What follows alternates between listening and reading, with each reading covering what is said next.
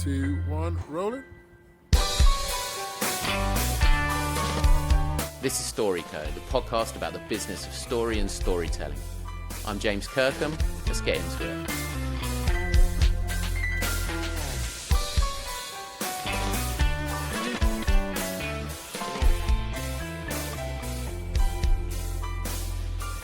A TV executive once told Charlie Webster the boxing world wasn't ready for women.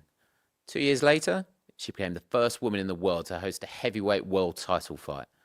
Hers is a career that spans professional athletics, broadcasting, and now true crime investigation. Today, Charlie is one of the sharpest minds working in documentary and podcast, someone who consistently finds a human story where everyone else sees the headline. Her multi-award-winning podcast, Scamander, was one of the biggest of all time. She's got where she is by ignoring the obvious story and finding the human one underneath every time. Charlie, tell me a story. I was going to tell you a story, and then on the way here, it rained so much, and somebody cut me up in the roundabout. So I was going to do a typical English traffic story because it was so stressful driving. But it's a hard question for me or a hard statement because I've got so many stories. But the one thing that immediately comes to mind is, so I was in a TV network. I won't name them. And I was working there as a live anchor broadcaster, and I really wanted to work on boxing. And at the time, I was, big sports presenter. I'd done football, motorsports, World Cups, Olympics, and Wimbledon, and I'm hugely passionate about boxing. I actually trained in boxing from a young age, and I fought as well in the ring. So I went to speak to the head at the time, and I walked in, and he kind of knew me, of course, because I was on screen. And he said, I'll let you know when the boxing world is ready for women. Oh, wow. The boxing world is not ready for women, but maybe I'll let you know. Maybe one day you'll get a phone call from me. Wow. Goodbye. Really?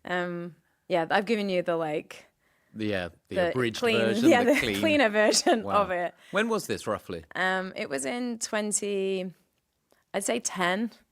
or 11. Because that feels a startling story for me to hear now, but perhaps it isn't that surprising for you when you've had to live through it. Does it feel like things have changed in 15 years? That's a really good question. It feels like things have changed in terms of there's far more opportunities for women in broadcast and females in sports broadcast. I'm not sure attitudes have fully changed because I still see a lot of female presenters and female footballers and female athletes getting abused on social media. And that happened, I was going to say my day, which makes you sound really old, but it happened in my day. I'm allowed to say that. Because when I first started, I started at 21 and there was hardly any women. So it has changed because, you switch on your television or your radio and it's normal to hear a woman's voice or to see a woman talking, anchoring a show and talking about sport. So that has changed. But I still think there's these ingrained attitudes sometimes behind the scenes that we experience, not just in sport, but also as females in leadership positions. I couldn't agree more. The end of the story is that women were allowed for the first time to box in the 2012 Olympics. Well, they were allowed to box in the Olympics for the first time ever. And so I went back and knocked on the door and said, oh, maybe you need a woman to talk about this. And he couldn't say the boxing world isn't ready for women anymore. And so he said, oh, okay. And then it changed, and then I became the first woman in the world to host a heavyweight world title fight. So that's the end of the story. So things have changed because I went from having the door shut on me to only, I'd say, 2 or 3 years later, standing and anchoring Which boxing. is phenomenal. By the way, I adore boxing, and I'd like to talk about that properly, but I don't know if we'll have the full time today. But how could you sense the gravitas of that moment at the time, or were you just doing your job? Did you feel I could feel it. I could feel it because it was very unusual. Yeah, did you feel responsibility in a way? I felt responsibility for myself, but also for every woman out there to not let anybody down. So very recently, for example, there was a bit of discourse, wasn't there, between, I think it was Laura Woods, who said it's more than just playing skill to be able to talk and present and articulate yourself and, you know, be there on screen. It takes more than just, for example, England caps. Where do you stand on that, though? Because that does feel a fair argument to be having beyond any conversation around being a man or a woman. I was actually on screen when she was coming up. So it's so incredible to see her doing what she's doing, because I remember when she first started. And so I love that. I'm like, oh, that's good. I think she's absolutely right. I stood there ringside and hosted that fight, and probably about 16 world titles after that. And I have to be better than you. I have to be better than everybody. I have to make no mistake. Otherwise, it's because I'm a woman. So there's many times that I've been on air and watched the men that I'm co-hosting with, all amazing people that... But make mistakes. Oh, yeah, all the time. Yeah. And it's like, it's just banter, isn't that funny? And I'm like, wow, okay. Or I've also covered people's backs a lot too. But to the point you mentioned about what Laura said, oh my gosh, it's so hard to not just talk about sport, but to talk about really anything and be live, because all of this is live. Think about when sometimes you're having a conversation and you'll forget your trail of thought. It takes so much concentration. I feel anxious thinking about it. Yeah, Genuinely. so it really is. You're not just repeating some facts, and live sport is reactive. Yeah. So you never know what's going to happen. Yeah. So you can have a fact about some England caps, or about how many losses that boxers had, how many matches that team have won, but that doesn't mean anything when you're actually analysing and reacting off live action. And did you find doing live originally, I mean, clearly you've been incredibly good at it and you've accomplished so much, but did you have the fear initially, like most people do? I did have the fear. Of course I had the fear, but I think fear is something that, to me, you can't have courage without fear. I also probably had a little bit of a chip on my shoulder. I was going to say being from Sheffield, but I don't mean it in the sense that all Sheffield people have a chip on their shoulder. Like, I'm so proud of where I'm from and my upbringing. But I definitely felt like, you know, because I had a lot of sexism, but I also had so much classism you would not believe. Sure. So I was not just a female, but I was also northern and I'm working class. And at the time, none of those were really accepted. So I feel like I had the fear, absolutely, but I also had this incredible drive that I believed that surely our voices counted too. And when I say our, I'm talking about people from very difficult backgrounds, very poor backgrounds, and women that are told that they can't be and they can't be in those positions. So that was my little chip, which was very determined. That determined yeah. a huge driving force for you, right? Yeah. Which is, I mean, clearly then testament to the career that you've got. And I want to go a little bit into it because on paper, I'm looking at it, it's like, my goodness, you seem like such a polymath and a creator. You've been in front of the camera and behind the camera, and it's kind of producing and broadcasting and moments like you described, the heavyweight kind of moment in front of the globe. But first of all, let's go back a bit. Where does that all come from as the little girl, the little Charlie? Was that just in you? Was this from your parents? Take us right back to where all that started. How long have you got? No, it wasn't in my parents, because my mum had me as a teenager, and you know, she went and got her qualifications from school years later when she was like in her 30s, which I was a teenager at school, so I helped her. I love that. And you know, she was incredible in the sense that she kept me as a teenager. She fought for me, and you know, she was a child herself, so that must have been so difficult. Yeah. But I come from, you know, I was the first person to go to university in my family, so that helps. Yeah. Well, congratulations to you. It's an achievement, and I'm not saying everybody has to go to university, but at the time, it wasn't even seen as an option for somebody like me to go into further education. My mum used to say to me, I want you to be everything that I'm not. Oh. And I used to find that very difficult because she was everything. She is everything to me. Yeah. And so I couldn't quite understand, but I understand what she was doing now. And she was trying to get me to go and have a life, to travel. She wanted me to travel. See the world, yeah. She wanted me to, see the world. bet. She wanted me to, live a happy life and to have experiences and adventure. And because she was very, very repressed. What did you study at university? I studied language and linguistics, actually. And I love language and I love storytelling, which is Appropriate. why we're here, yeah. And that was something I was really good at. So you asked about where did that come from? Yeah. I think I was naturally good at that, but also when I was younger, how I coped with some of my home life, I would write and I would read. So I would engross myself in books. And a funny story was my mum got called into, I think it was primary school. It was definitely primary school for my reading material. And because I'd read every Stephen King book and James Herbert. I don't know if people know James Herbert, but he wrote like The Rats and Lair. They're quite scary books. And Stephen King is obviously a And how old were you at the time? Oh, like at primary school. So like 9. Crikey. Yeah. 8, 9 years old. Quite punchy for a Yeah. I am sane, promise. But seriously though, it was so powerful because it was an escapism for me. And I think I never knew this at the time, but I look back and I'm like, well, I could spell really well. I could write well from a young age. But I think because I consumed so much, and obviously those days there wasn't social media and I didn't really watch TV. But I did used to write my feelings down and my frustrations and my anger. Really? Yeah. In what form? Just on like the backs of exercise books Like at journaling school. before you knew what journaling would have been? Yeah. How interesting. And I definitely wouldn't No.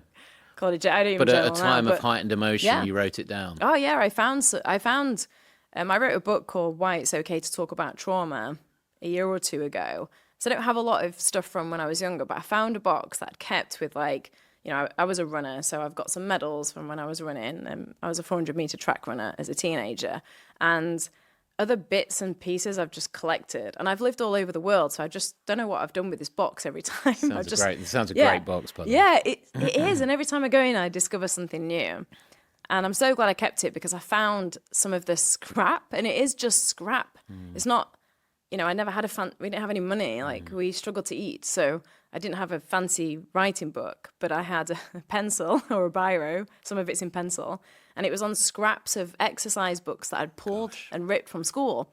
And I read it and I was like, oh my gosh, it made me cry so much because it was just so raw. Like you said, I was journaling, but I was also discovering something that I didn't realize that it could be a job, but it then became a job But for it feels almost like the piecing of them together, and I might be leaping ahead. Have you read Matthew McConaughey's Green Lights, which is not dissimilar description, by the way, of little scraps and post-it notes and backs of cardboard life that he effectively mapped out in advance to the life that became now. I kind of gasped when you said that because I haven't, but my friend Tanya keeps recommending it to me. It's wonderful. And she's like, you must read this, you must read this. I think just if nothing else, it'll make you think of you. Yeah. That box feels quite special. I wrote a piece recently about bric-a-brac, which is slightly going off topic, but the kind of digital landfill of the bric-a-brac that exists in our phones and maybe the most intimate kind of thing you have on your phone is the thing you've actually never posted or shared. I feel fascinated by that box. I feel like I need to see it. So, and I'm sorry I've gone off track. Let's pull it back round. So the younger you and your mum and that influence, direct or otherwise, on yourself, what came after university? I'd say a very difficult and incredible time at the same time. And I've had quite a few of those in my life. Yeah. And yeah, they're kind of interesting because sometimes I'm like, I'm having the best time. I'm achieving all these things, but I'm also having such a challenging time. And so my 20s, I moved to London and didn't know anybody. I didn't have any money. And I actually worked as a personal trainer and a fitness instructor, a model, and went up for all sorts of castings. And I was just trying to make my way, really. But at the same time, I was I was ignoring a lot of things that were going on inside for me that I just didn't quite understand. I'd gone through a lot of trauma by that age. And so I think I was really throwing myself into this life that I wanted to create for myself and who I wanted to be, but also safety. I wanted to create financial independence and safety for myself. I wanted to walk into a room and be able to shut it and know I'm safe and it be mine. But I also had this like real deep inner drive where I wanted to be a voice for pain, I think. And probably that I was feeling a lot, but that I felt a lot in other people. That's been a real You felt like driver in my life every day, even sat here Really? today, yeah. So you would see and hear and, of course, seemingly have great empathy, but you would want to help and Yeah. absorb. And do you think that's always been there? Yeah, I'd say so. And is it that because, and we weren't going to get on to a couple of your stories, but when you say you've had so many, do you think it's because you see them clearer as stories than other people? Or do they find their way to you? Or do you just happen to have more than them? Like, do you think it's the interpretation of the world around you where you see the story of the moment? I think so. In my 20s, I did go into a TV career quite young, and I did a lot of female first and world first very young. And I was so determined. Like, I look at myself and I'm like, wow, like, well done you. Because I was also quite depressed a lot of the time too. And everything I did, when I achieved it, it was never good enough. And so I went on to the next thing. But everything that I thought wasn't enough about me, and everything that, you know, I told you that story about the boxing story, but I've also got stories where, you know, I've been told by these big heads, you know, your voice is nothing. Who cares about your voice? How dare you think you have a voice? Just sit there and look pretty. And, you know, when I've been campaigning, say, for about domestic abuse, like, how ironic, right? And also a lot of working class and the fact that I was from the north. And I remember constantly being berated for the way I said cup, you know, FA cup instead of cup. And I was really berated for that, as if I was stupid. Everything that I would make me question myself of whether I belonged in this industry and whether I did have a voice is everything why I am where I am and everything that makes me the great storyteller that I am. So yes, to answer your question, I feel And like... I love that you say that, the Thank great you. storyteller that you are, because I think that's the source of inspiration for young people, full stop, let alone young women, girls who look at you and hear things like that. I love the fact that you also describe it as such. You're very aware of its power and presence now, rather than hiding that. Thank you. And everything you've just described perhaps signals a fight and a battle, and you had to have tenacity. Do you say, is that a good thing to just be resilient and keep taking those blows and keep getting over it? No. And I have a real friction with the word resilience, so I'm really pleased you actually used it, because we use resilience far too much now, for me.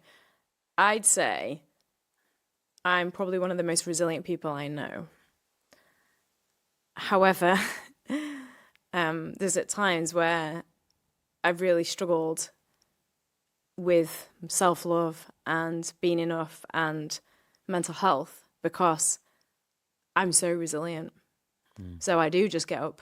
You can beat me. But that's also because that's what I was raised in. So my boundaries just didn't really exist because I was hit and on the floor. I was abused as a child. So then, of course, anything you do to me in the TV industry is never as bad as what happened to me as a child. So that made me incredibly resilient, but also meant that I trapped the child inside that needed love. And as much as I am so resilient and was so resilient, I also prevented the care and healing I really needed. So I think you can get up again and again with healing and with self-love, not necessarily suck it up and go again, because that can be really detrimental and it can be very isolating and very lonely. And so I do give a lot of talks to young people, and I do talk about resilience, because to me resilience is understanding your emotion, understanding what it made you feel. And for example, you mentioned fear and I said courage. So if you repress fear, there isn't courage. But if you address fear, you can take action, and then there's courage. So I think it's really important, yes, do get up again. And everybody's opinion is subjective, so don't listen. Because people can give their opinion and be like, you're not good enough, or you'll never make it. Ignore it, because it's all just opinion. Why are they more valid than you? Also, just listen to yourself too, though, because I ignored the loneliness I would sometimes feel, and I was really harsh on myself, and I'm sorry to my younger self for that. But I'm also incredibly grateful to the survivor in me that got me to where I am now. Like I've said to you that I achieved a lot, but every achievement wasn't enough. Now, that was in my 20s. Now, my achievements bring me so much excitement and great joy, and I love it. And it's not because, it's not because I'm trying to prove something. But is that a recent thing, the kind of self-care, the love that you, and I can empathise with a version that leaves yourself last on the list of people to look after and people to support. Your description there that, that importance of loving yourself and giving yourself that care, is that a recent thing, or has that been a while now that you've realised that? I'd say the last 10 years. Good for you. Yeah, so not recent, but I'd say over the last 10 years. I'll tell you a quick thing about resilience, if you don't mind. Yeah. Take me 10 seconds. I can't say too much around it, but there was a call with the police, and it was to do with my family situation. We're talking a while ago now, because I told you I was raised in domestic abuse. And I remember speaking to the police, and they said to me, okay, we'll refer you to victim support. And they said for some resilience training, for some resilient counselling. And I was just like, whatever. And actually I use that to try and help inform victim support with the government, because I don't need resilience training. I am alive and I'm here because I am so resilient. I am where I am. I'm sat in a studio today because I am so resilient. What I needed was some support and some care, some validation, and some encouragement that I wasn't on my own. You grew up career-wise in a world where social media and social toxicity was suddenly, frankly, taking shape, and not in a good way. How did you find that, or how have you found that full stop? Because again, there's resilience and being robust and brushing yourself down. But what about these people out there now and dealing with social toxicity on any given day? What's your perspective, full stop, there? Oh, no. I'm just listening to you thinking, yeah, because... and also, I'm such a visual person, so I get like these visions in my head of like almost like scenes in films of my life. And so I honestly just pictured myself sat on Sky Sports news desk, which I used to be an anchor on. Social media, to your point, started when I was on air. So I first started my career live on air as a TV personality without social media. And then it came in during it. So I'm an interesting age. And I remember it was Twitter. And initially I thought it was great, and I loved it because also like we were always ahead of social media. So we drove a lot of that. Sure. in terms of sports news. Yeah, I'm that was talking the about. point. But then people found their voice behind a computer, and That's a lot to deal with. yeah, For a young presenter making their way. yeah, and especially when internally you're also getting bullied, and there's a lot of sexism internally and in the gallery of a sports news studio while you're sat in front of millions of homes, like you said. But I want to talk about the good side a little bit, because a lot of people are really wonderful and encouraging. And I remember when I first started in boxing, I did get some sexism, but I also got a lot of encouragement because I think quite quickly people knew that I did know what I was talking about. And ironically, the entire team of that broadcast team, apart from the pundits, the ex-boxers, none of them had stepped in the ring. Of course. But I had, because I was a woman, what do I know? I can't even begin to tell you how many times I've heard that. I do remember there used to be two of us present the show, and the sports news show. And I used to watch some people just sit on it while we were live. And and I'd be like, oh my gosh, watching what people are saying about them. I never did that. I was really strong and was really disciplined with myself. Never look while I'm actually. I mean, that's an incredible discipline. Yeah, because I saw what it did to people. But They could be on air confident, and then they'd read one person's comment, which was always very harsh. I won't repeat some of the stuff. It wasn't like, oh, you're an idiot. It was like, you're a C, you know. And then I watched them go dishevel and mess up on air, and so I was so disciplined with it because I would never do that. The one time it did affect me though is I campaigned against a footballer. I don't necessarily want to go into the story right now, but some people listening might remember. And it was a footballer who'd been accused of rape, and he was a footballer for my team, Sheffield United. And I campaigned as a patron that he shouldn't be allowed to play football because he was a convicted rapist at the time. And I got a lot of abuse for that. And I got people telling me I should be raped. And I remember when in 2016, I was also critically ill and I nearly died. I was in a coma and I was on life support for 2 weeks, and I had malaria amongst 3 other tropical diseases.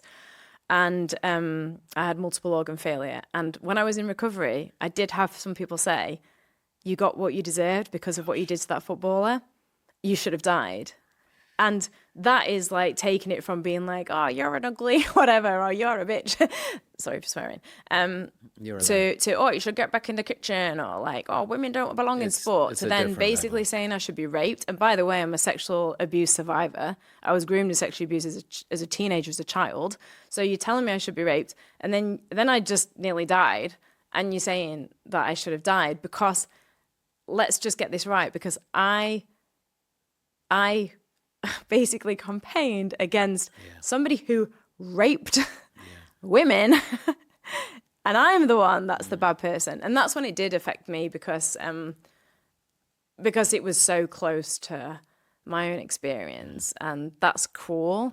Were you always able to speak like you are now with such sort of bravery is completely the wrong word, but strength, like through your career? Because it's a power. Your use of words now has a power in the best possible way, and will give such positivity. And there'll be young women who recognise scenes that you're describing that happen to you that might be more able to speak out. Are you aware, I guess, of the power that gives from a positive perspective? Yeah, good. I am now. My voice has taken time to grow and to find. But yes, I do feel so now, and that's why I think a lot about what I say. I really make sure that I'm using my story when and where I can. I do a lot of advocacy work. I've put so much time and energy into trying to change and successfully changing policy and law. Tell us a bit about that, because you're saying that because you've done so much very casually, but changing actual legislation is a significant thing. Tell us a little bit about Nowhere to Run. That was about my running coach who sexually abused and groomed me, but he also groomed and sexually abused a lot of my friends in that group. And then I only found out then. So I did that documentary in 2021, and my coach went to prison in 2001, either 2000 or 2001. And I only found out, I'm terrible at maths. I'm good with words, but I'm terrible at maths. So what was that, 20 years later? Something like 20 years. I only found out 20 years later that he actually had groomed and sexually abused girls way before me and our group. He'd been actually doing it for at least 10 years that I was able to trace back. And yeah, I only found that in 2021. So I made that documentary with the sole intention for it to change a particular law and for it to create awareness and change what was happening in sport. You went out with that ambition around using your craft and 100%. Your skill. Oh yeah, like no. I love that. That was because I already was trying to do it before. So I was trying to change this law, which was around the position of trust, and it was a loophole in UK legislation, which meant that a sports coach wasn't seen as the same as like a teacher. So it meant that they could say that the girl, a 16-year-old, had consented. And that happened in loads of cases. So I was sexually abused and groomed as a 15-year-old and as a 16-year-old, but by law, when it was 16, it didn't count. So I tried years before. I was campaigning about that, and unsuccessfully. We kept campaigning, and the government kept promising to change it. And I was hearing of young girls losing court cases because a sports coach, and then, by the way, there's amazing sports coaches, I must say. I'm talking about sexual abusers that are in every field, sadly, and they use certain things as a tool to manipulate and groom young people, boys too, and that they would get, these rapists were walking out because they were saying that, oh well, prove that it wasn't consensual then. And anyway, so I was like, how can I change this? What do I do? Storytelling. I have a big story to tell. So I wrote an idea which was based on my own story and my group story, my running group. Now, so this is a very long story, but I'll try and get through it quickly. My running group, we actually all split up after he went to prison. And so none of us ever really spoke again because we were all cut off in our own trauma and nobody helped us at all. And so I was like, what if I can go and find them all and bring us all back together as this really powerful story as well about these women, girls at the time, now women reuniting and making change. So I then spoke to the BBC about it and they backed me. And so that's how that came about. Along the way, there was all sorts of things that happened because sadly, I found out that one of the girls had died by suicide. And then sadly, a year after the documentary came out, another girl had died by suicide because of the trauma that we went through. But I will say that nothing can ever change or bring them back. And that is something that sticks with me every single day. Whereas this guy, is walking the streets, fine. However, we did change the law. And so that position of trust law changed. Now, this year, I had somebody contact me that successfully prosecuted a coach that had abused a lot of girls, including them. And the documentary was used in the court. Oh, wow. And because of the law change and the documentary, they managed to successfully prosecute. And it was because they bravely stood up, right? It wasn't because of me or the documentary, but that actually brought about successful change. We can't sort of just skip over the fact that for a number of years now, you've had multiple number one crime pods, but then you've turned them into docs and then you've turned them into shows, right? How do you do that? Is there a secret sauce? Does that come easy to you? Because it looks like it's coming easy. It's a lot of hard work. It's not coming easy to me. The entertainment industry is changing rapidly and trying to find its feet. And it's so interesting. And I think it's actually not a place of being scared. It's a place of opportunity because people always will want content. It's just some of these big networks and studios are kind of stuck in this archaic, traditional way of storytelling and delivering content. So for me, I think what I've really focused on is story. I know that's everything we've been talking about, and let me explain. So sometimes when I'm speaking to different networks, let's say in platforms, they're like, oh, a podcast, which podcast, what podcast? And I'm like, no, what story? So first and foremost, I look at a story. I don't go, I'm going to do another true crime podcast. Am I making sense? Absolutely. I feel like I'm trying to explain my process. It's the process. story, not the genre. Yeah. Or even the medium. Yeah, it's a great ad. So I really think a lot about character, which sounds so obvious, but I really do, and about human storytelling, which is really everything we've talked about for the last hour or so. Human nature and That won't change no matter how much technology changes. I know we're going to evolve as people. Yes, I know.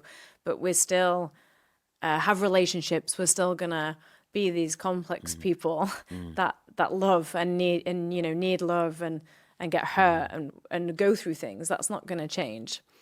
And in fact, we're going to need more of relatability and connection and community than ever before, because we have technology at our feet, so we don't actually have to go out as much anymore. And then I develop around it. I don't want to give away my secret sauce, but I develop around it. I'm like, okay, how would I tell this is a podcast? Should it be a podcast? Does it lend itself to audio? How would I tell this is a documentary? Should it be visual? Does it work as a visual? Can I get the access to these people? Will they have the trust and safety to have a camera in my face? The very fact that you think in that way, I suspect for many people, perhaps close to the industry, think that there feels like a huge freedom there. It's not like this is the precise format you must fit in for this amount of time and it needs to hit these beats. That feels like quite a freeing experience that you're creatively describing. Yeah, and I suppose I'm maybe unique place because I'm in front and behind, and I'm a creator. So I'm not a podcast production company or a TV production company, but I see myself as a creator across the board. I remember doing a story with the Flores twins, who were basically the reason why Chapo got put in prison. I did this podcast with 50 Cent, and you'd think cartel action, and honestly, some of their stories, you sit there and you're like, what? You're like, yeah, I went to see Chapo and this Cessna came and it was a 17-year-old boy with flip-flops and you've got these guns and then this helicopter was chasing us and then we landed and then Chapo's got his radio and he's got a newspaper and he's on the front cover and oh my God, and I'm trying to record him and he's going to kill me, and then he's got this alligator here, he's got a guy tied up to a post and he's going to kill him, and you're like, oh my gosh. So you think that's the story, right? But to me, it was a story of these twins and their love and their loyalty to each other, of how they got through what they did as the biggest drug traffickers at the time, how they then changed their lives, actually turned on Al Chapo, got him in prison and stayed together as a family, and this incredible relationship between these, and complicated relationship of these twins and this family, and how they were groomed from a very young age to be drug traffickers. So for me, that was the story. And so I don't know, maybe other people would have seen that, but I think a lot of people would have told the boom, boom, bang, bang, he kills and he's got an alligator and El Chapo, da, da, da, and all these men get, and I remember they said to me, they had so many people they were going to go with. They had I can't mention, huge names, huge superstar Hollywood names. And little old me met them. and they actually said, I know they won't mind me telling you this. They said, oh, I don't want to talk about Chapo for a second. We don't want to talk about a story. Can we just talk about PTSD? And I was like, okay. This is the first time I met them, and 50 Cent sat there, and I'm like, and I just started working with 50. And I was like, and 50's like looking at me, and I'm like, oh, I don't know. And they went, yeah, we watched your TED Talk on PTSD last night. And so I think can we talk about PTSD? And I was like, okay. And so we spent 2 hours talking about PTSD, and 50's sat there being like, okay. Wow. And then they said to me that I was the only person they spoke to of all the people that wanted their story that actually saw them as real people. Gosh, that says a lot. That's why I think I've been successful in it, because that's what people want to see, I believe. And I also, don't necessarily go for I hope this doesn't sound crass, but murder. This is true, genuinely, because I hear it from people that are buying content where it's like, well, true crime's a murder, needs a murder, people need a murder, people need to be it needs to be this gruesome, da-da-da, okay. And what I've done is very different, and people have talked about this. And when I launched Scamander, which was the most successful podcast of 2023 out of all podcasts, and is still one of the most shared podcasts now, and it turned into a TV show. And I created that. And that story, I think, it's not got murder in it. In fact, it's about a woman who lived in North California who manipulated a community. And in fact, she only stole $115,000 or something like $105,000. Nothing, right? And I guarantee everybody would have dismissed that story. But that's not the story I saw. It was a woman who manipulated a community, and that could have been us. She faked cancer. And it was the human relationships and the betrayal and the deception and how convincing she was. She didn't lie about cancer. She faked it. So she showed up in a church and collapsed. She went for treatment.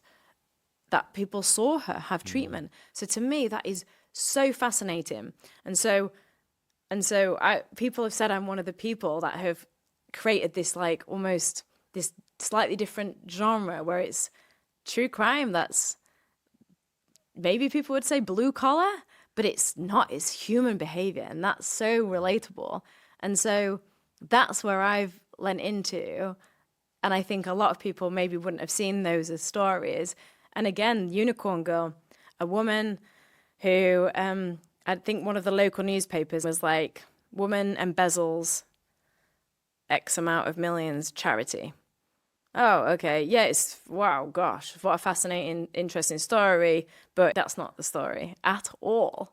And so I think what I do is That's a superpower. Is a bit different, I think, than you see the story between the lines. Let's chase a story where there's been this big murder in this big case. And so some people don't like this, actually. But I also don't go, that person's a monster. I actually want to know how that person even decided or even thought about faking cancer and why. Isn't that far more interesting than just labeling that person as a monster? You have a very slight self-deprecating point of saying, I'm sure many people might see that, but I think, the Oasis lyric of you see things we'll never see, that's what you do. That's the finding of the stories that you're seeing, where I would just clumsily think, I assume that's the one that I'm getting drawn to, gravitationally pulled towards. You see the bit between the lines, and I think there is a rare skill. By the way, I don't want to lose your trail of thought, but I never in a million years as a young girl would have thought I'd be sat here today. Sorry, I interrupted your question. No, go on. I just want. You said about what the young Charlie. What would you say to that young Charlie now, at that age? Would she believe it? No way at all. No matter what I say now, I would have said like she would never, ever have believed it. But maybe I would have planted a seed. Maybe a seed could have been planted, but nothing else. I don't think I could have really said a lot to my younger self. I'd probably have just given her a hug, maybe.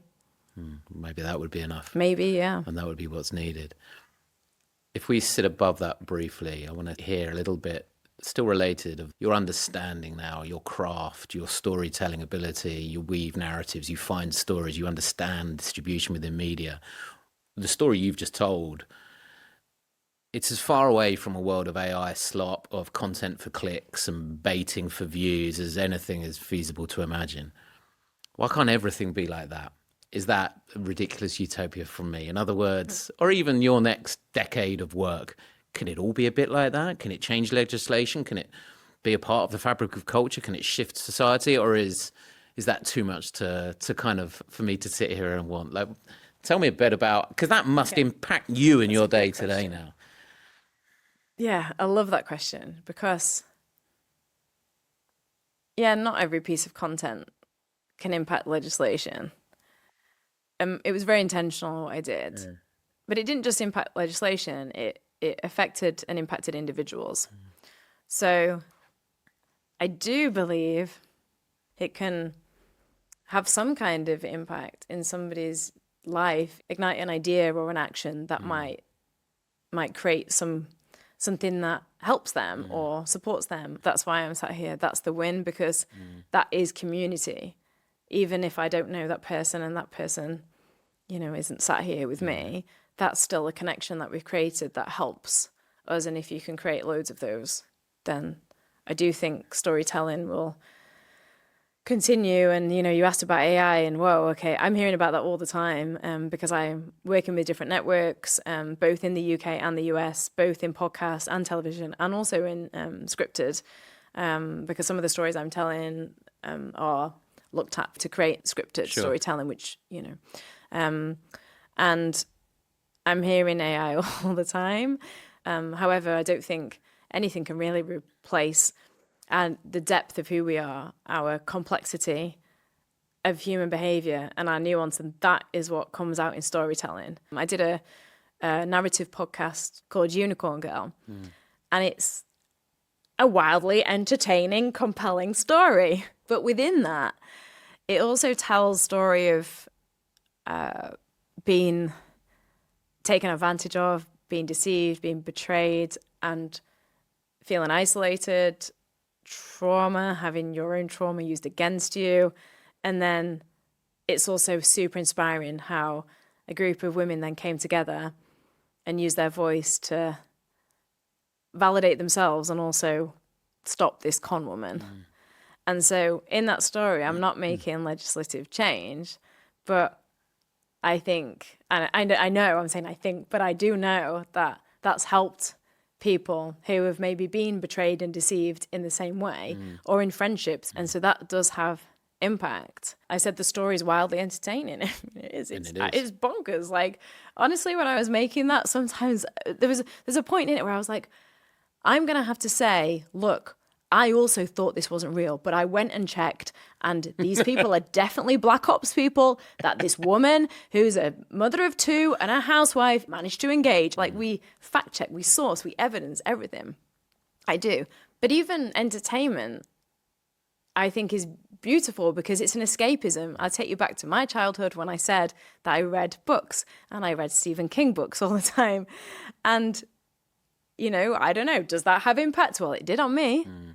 It doesn't change the law, but it helped me escape. And so if my stuff can also help people feel good for a moment in time and maybe escape what's a very difficult world right now, then I'm not sure AI can replace that. I'm inclined to agree. There's so many parts of what you've just said that I find so interesting. I mean, one bit, though, that strikes me is the personal story. I mean, I know we're only touching upon part of it in a conversation like this today, but there does feel like there's an arc. There feels like so much of your personal story then gets very naturally infused in the work that you do and the stories that you uncover. And I completely agree. Entertainment doesn't need to be frivolous. Entertainment ordinarily means discovery, shareability, wanting to talk about it, things that actually are natural to a story or a nugget of conversation even. So I agree, it doesn't necessarily have to be cloaked in severity in order to unpack and dissect those issues. So I love the way you're seeing that. It does strike me, though, from this personal arc that I've perhaps framed it as, you feel like you're almost at the master of your craft right now. Now, I once spoke to a guy in his 80s, and he told me something which I particularly loved, where he said, you always think you're at the apex. So I'm like 40-something now, and I thought, God, I was a bit of an idiot when I was 30. And he said, no, that never changes. He said, he was 85, and he said, I can't believe what an idiot I was at 78. And I'm like, you're joking. He said, no. And in my 70s, I thought, God, I was way off it at 60. And in other words, you always evolve. But I do believe you have this power with your craft, which you're doing right now, telling stories and the stories you're seeking and what it is that you want to do out there. What's next? Is it still going to be driven, do you think, consciously or subconsciously from within and where you're from and those happenings to you or the fights that you've got burning? Do you still have the fight and the burning desire, if you like, that clearly drove some of your incredible work to date? Yeah, I do, but it's fueled differently. So I think when I was younger, it was fueled by a not feeling enough and a chip on my shoulder about proving that people like me and where I'm from can have a voice and we matter. Then it changed to, I still absolutely, I'll be really open with you. I remember sitting with a clinical psychologist once, and I said, who I worked with on trauma, and she actually contributed to my book, amazing woman, and really has helped me, Dr. Rachel. I said to her, like, I'm scared that if I lose all that, what if I don't care anymore? What if that's my driver? And then what am I? So you asked that question? Yeah, to her. I don't think I've ever shared this with anyone, actually. And she's like, I remember just even asking the question made me, it was the first time I'd really been honest in that sense with myself about, the psychologist said, it's normal. It's normal because when you've been through so much, it is part of who you are. So you're scared that if you do strip it back, then like, what if that was the thing that drove you? And then I realized it's absolutely not. Like, I'm so passionate about what I do and I care so much, and it's actually not something that I need to get rid of. I don't need to get rid of my trauma. It's always going to be a part of me. And that's actually really incredible, because if you are trying to get rid of it, I'm trying to get rid of part of myself. And if I try and if I hate on it, then I'm hating a part of who I am. So it helped me become aligned and actually accept everything of who I am. And then now I love being able to be a conduit to other people's voices. And that's what I feel like I am now. So Do you spend, sorry to cut across you, do you spend time trying to uncover their deeper voice, their truer voice, by being that conduit? Is it easy to do? No, people don't just open up. They don't just talk. That's not what we do as humans. Absolutely. We protect ourselves. Everybody I know has been through something. Everybody I know has some reason to be a little bit guarded. And so what I do is also create a safe environment and trust for people to feel safe enough and cared for enough and validated enough and not judged to actually share what they need to share. And for me, I really strongly believe, and this is the one thing I think I would stand by and say to anyone, is I think it's so important to share your voice. It doesn't have to be like what I do at all. You don't have to sit here and talk to someone like you with a camera or a microphone. Heaven forbid. Yeah, heaven forbid. We over yet? No. And you don't have to sit on TV and tell your story. Absolutely not. Even telling a friend helps you share your voice and feel validated for how you feel in your experience. A trusted friend, not just anybody. So for me, I think sharing our stories and our voices and what's happened to us is so important. And what you'll find is actually 9 times out of 10, everybody feels the same. You even said to me, oh yeah, I can relate to that. Really? So I think for me now, it's such an interesting question, because I'm like, I hope that I get to my 70s. In fact, I hope I get to my 70s because I'm so grateful to be here and that I get to live every day, because I nearly didn't. And if I'm lucky enough to get to my 70s, I want to still be growing. I want to still be really passionate, and I still want to learn. But yes, I do feel like I'm in a really good place in my life, and I feel like I'm doing exactly what I want to do and what I should be doing. That's a pretty good place to be. I like some of the bits you were mentioning. I particularly loved was your description of safety, but safety in the notion of spaces and being in a safe enough space that you're willing to divulge and be candid or transparent. But also, I was just wondering, on the other side, does that mean, for example, the output from Charlie in the next few years is all long form, for example, or is that a little bit narrow-minded of me? It feels a great thing that podcasts took off in the way that they did, because long form's been given this incredible new lease of life, and arguably documentaries too.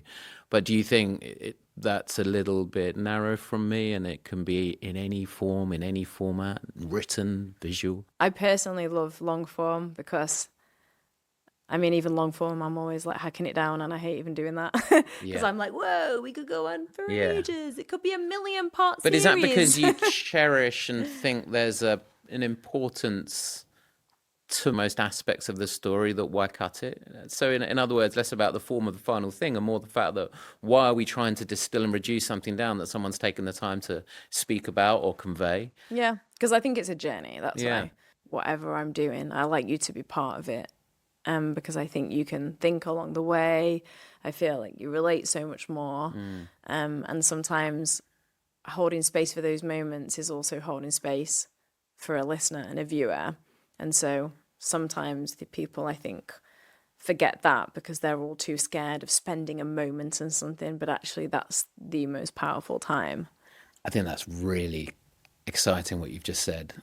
You get a lot in music. Remember a few years ago during COVID, and an artist like Charlie XCX, who co-created basically all of her records and would be on Instagram saying, do you prefer this hi-hat or this beat? That effectively then collaboratively writes an entire album that becomes Brat Summer. Or Lily Allen's resurgence is effectively a journey that she has brought you entirely into, warts and all, and is now sort of staging it and reflecting it back to the world in a theatrical kind of musical performance. But that idea that I've never considered in the way you've just described it, that it's more than a viewer, you can really take them on quite a long haul journey. like the journey of this conversation in a way, but people are vested and will no doubt be further invested and want to see more of you and search you up and the shows that you've made and the documentaries and so on. Absolutely. I love what you just said and the analysis of it. And to add to that, it is just like what I do, because she not only told her journey and took people with her, but she made people feel heard. Because what happened to her was relatable to so many people that maybe didn't feel heard. And she created a community. Yeah. Do you feel like you're doing that? Because it certainly, if not literally, certainly feels like you can be. I hope I am. Yeah. Yeah. I'd like to say yes. Yeah. I really hope I am. What's the next bit of the journey then? You just mentioned that, you've written a book, you're an author, published author, from TV presenting to podcast host to changing legislation. Like, you've done quite a lot, Charlie. What's the next bit of the journey? That's a good question. I think you said at the apex. I feel like I'm at the apex, and I feel like everything that I've learned is all coming together and all my experiences. But at the same time, I feel like I'm only just getting started. But what I love about what I'm doing right now is I am the person telling you the story. I'm also the person that's creating it. And I'm the person that sat with the people you'll hear, creating that safety and that trust, whoever they may be, and also bringing you voices that you don't get to hear very often or get an insight into. Every facet you've just described, exploring the story, finding the story, discussing the story, telling the story, and everyone being able to be a part of it. I can't think of a better way to finish this episode. Thank you. Charlie Webster, thank you so much. Thank you for having me. StoryCo is presented by me, James Kirkham. It's sponsored by TYX Studios in London, with special thanks to Jack Freegard, Panos Agamemnos, Craig Hepston-Stall and Tyler Newton. It's produced by Jago Lee, production managed by Archan Mohile, and was developed by Issa Gibson. Our theme music is by Doubt Point. It's a Telltale Industries production.